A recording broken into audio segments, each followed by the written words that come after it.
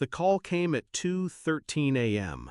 Her voice wasn't steady, too careful, like someone rehearsing grief. "Your son had a fever again. Don't worry, I'm with him." But it wasn't her words that woke something deep in me. It was the sound behind her, a laugh. Low, male. She cut the line before I could respond. I sat in the dark kitchen, phone still pressed against my ear long after the call ended. The refrigerator hummed. A pipe ticked. Small sounds became loud, invasive, violent. The laugh lingered. I stared at the half-empty glass of water on the table. My son's drawings pinned to the fridge. Her handwriting on a grocery list. Familiar things suddenly foreign. And in the pit of my stomach, a fracture spread. Quiet, invisible, but irreversible. The next morning, she moved like nothing had shifted. She made coffee. She kissed my cheek. She asked if I'd be late again. Her performance was perfect. Too perfect. I watched her hands. They didn't tremble when she stirred sugar into her cup. They didn't falter when she tied her hair back. Smooth, practiced, but guilt always leaks. Not in words, in pauses, in the way her eyes avoided mine a fraction too long. The boy sat at the table, chewing his cereal, oblivious. He looked up and smiled, the same way I did when I was his age. Or so I thought. Something cracked in me then, not suspicion, certainty. The laugh, the late nights, the phone she kept turned face down, a puzzle forming piece by piece, only one picture possible. She was not mine anymore. Maybe she never had been. I played along. I kissed her forehead before leaving for work. I asked about her day. I smiled when she spoke. But beneath the surface, I was dissecting everything. Phone records, deleted messages, cloud backups she forgot were synced. It didn't take long. His name appeared like a stain that wouldn't wash away. And then the boy. My boy.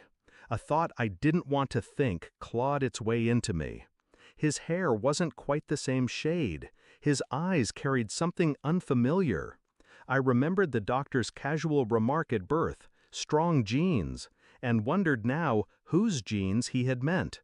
I ordered a DNA kit, quietly, strategically. Just one swab when she wasn't looking.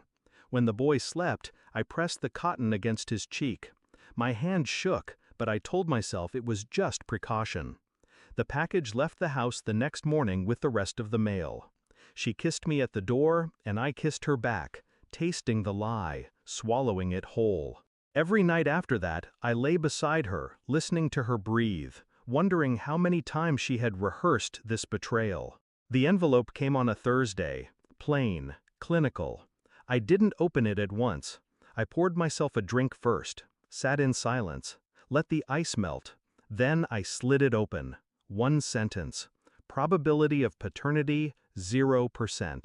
I didn't move, didn't blink, didn't breathe for what felt like hours. When she walked through the door that evening, she smiled. She carried groceries. She called out his name. The performance again. I waited until she set the bags down. Then I slid the paper across the counter. No words, just the envelope. Her eyes fell to it, then up to me, then back down. Color drained from her face. Her lips parted.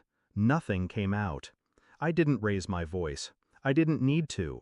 She collapsed into a chair, shaking, whispering fragments of excuses that didn't fit together. I stayed standing, watching, silent. A wall she could not climb. The next night we had guests, her parents. She had begged me not to say anything, pleaded, tears streaking her face. I agreed, calmly, too calmly. Dinner was quiet, conversation polite. And then, as I passed the wine, I set the envelope in front of her father, folded neatly, no explanation. He opened it, read it, stared at her with something worse than anger, disgust. Her mother covered her mouth. She broke then, sobbing, reaching for me, for anyone. But I was already rising from the table, already pulling on my coat. I left her there, drowning in the silence of her family's judgment. No shouting, no violence, just truth, the sharpest blade of all. I didn't go home that night, or the night after. The boy, no, not my boy, would be fine. He was innocent. He didn't ask for this. But he wasn't mine to carry anymore. I thought I'd feel hollow. Instead, I felt precise, clear, like a fog had lifted. She would live in the wreckage she built. She would see the stain every time she looked at him, every time she looked in the mirror. That was punishment enough. As for me, I learned the truth, and the truth was freedom. I lit a cigarette in the cold night air, exhaled, and finally let the last illusion die. Some fires burn everything to ash. Some burn just enough to see in the dark.